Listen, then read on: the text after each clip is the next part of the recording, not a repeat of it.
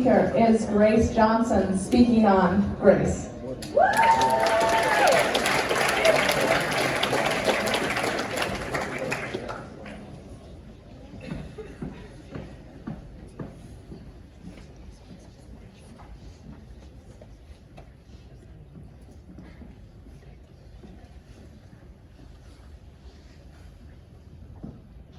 We all come into this world with no ability or capability to make some of the decisions that our parents must make at birth. For example, our parents choose our names for us. I've always asked my parents what names they were going to name me, or even asked, what's my boy name?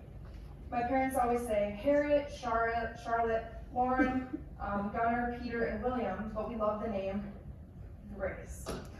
Why Grace, I would ask? First of all, because we've always liked it, and second, its meaning. When we saw you coming into this world, we hoped you embodied the word grace.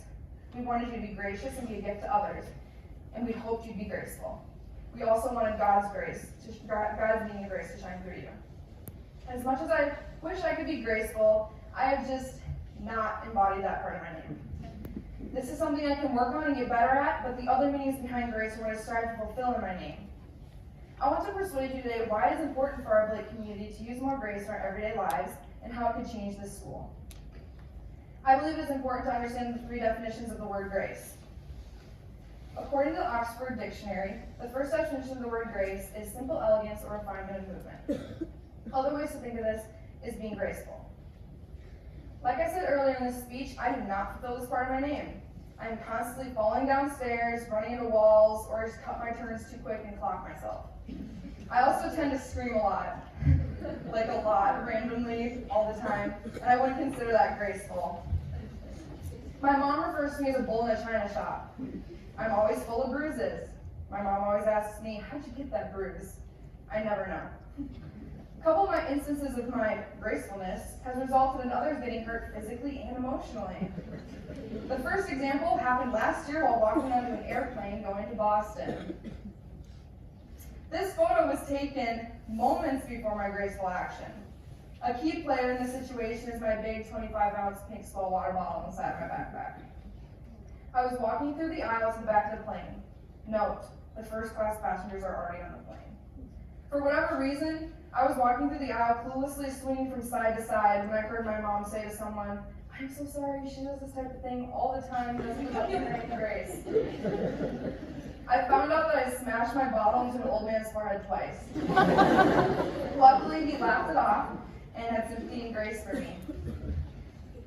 Another situation happened here at Blake. I was in 9th grade, just finishing eating pizza for lunch on a Tuesday. I was walking to throw the second half of the slice away as I walked past a table of boys. And I stopped to talk to one of them while standing right over my good friend with his beautiful, brand new, snow white, Lake hockey game day quarter zip.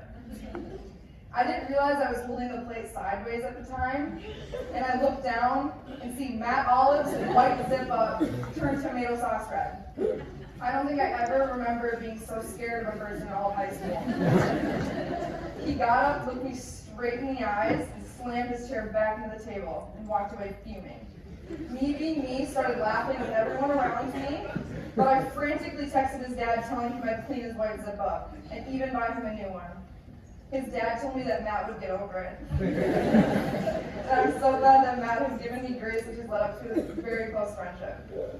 What I'm trying to get at is I definitely do not embody the word grace in terms of being elegant, but the next and more important definition of the word grace was shown when Matt and the man on the airplane forgave me. Oxford's second definition of the word grace is courteous goodwill.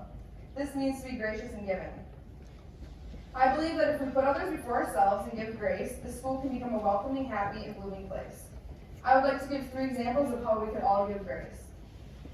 First, look for the needs of others. There are countless ways daily that we can help others around us. We only need to do simple acts like holding a door for a teacher, cleaning and keeping the cafeteria nice, or even helping classmates when they're struggling next to you. The second way to show grace is to have a graceful presence. This does not mean to have an elegant presence. This means to be a presence to someone who needs support. If a friend is in grief, be with them. Show them that you love them and that you support them. I think it is even more important to show graceful presence to those you don't know. Spending short amounts of your day to show a graceful presence can mean the world to someone. Lastly, and the hardest in my opinion, is learning how to forgive others, swallow pride, and ask for forgiveness. Giving grace to another person is to simply forgive them unconditionally. If I'm being honest, I struggle with this one the most. Forgiving is hard to do, especially when you feel as though the other person doesn't deserve it. Every person in this school, myself included, has been hurt by someone. People can rip your heart out, stab it with a knife, some salt in the wound, but forgiving is necessary in this sinful world. We all know how hard it is to forgive, but we all need to suck it up, be the bigger person, and move forward. Life is way too short to have hard feelings toward one another. Personal pride is loud, especially at Blake. We all know that we can let our pride get ahead of us. Being able to step away from our pride and forgive is one of the hardest things. Giving grace is all about giving someone something they don't deserve, but doing it anyway. Let me repeat that again. Giving grace is all about giving someone something they don't deserve, but doing it anyway. Like I said earlier in the speech, I'm not perfect. There are times where my actions and emotions have been overpowered by the moment. In particular, temporary moments of frustration.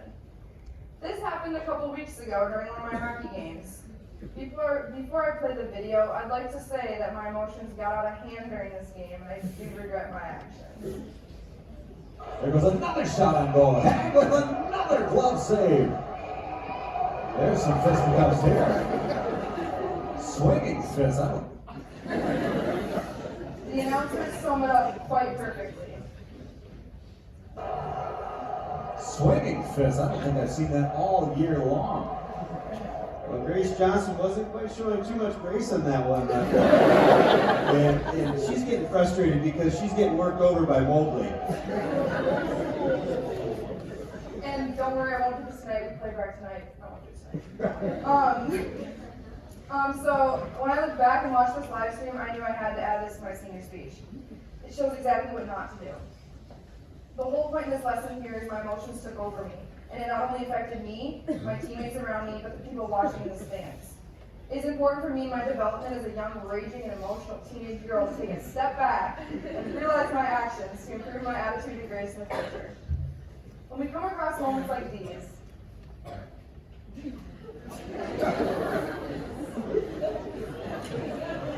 I encourage you all to reflect on your actions so we can grow from our past mistakes. To conclude this speech, I want to offer my forever favorite meaning of grace. The third definition of grace in the Oxford Dictionary is, in Christian belief, the free and unmerited favor of God, as manifested in the salvation of sinners and in the bestowal of blessings. I am not here to convince you that this definition of grace is something you need to believe. I am passionate about God's grace for me and for everyone, but I respect everyone's personal beliefs in this room. I believe that God's grace is the biggest part of my faith as a Christian. God's grace has saved me. The Bible states it in Ephesians 2:8. For it is by grace you have been saved through faith. This is not from yourselves, but it is the gift of God. This meaning of grace might not be the meaning that you take away with you after this speech, but is the most important meaning in my life. I hope you take away from this speech how to live a graceful and elegant life if you can, how to show grace and how to show grace throughout the school.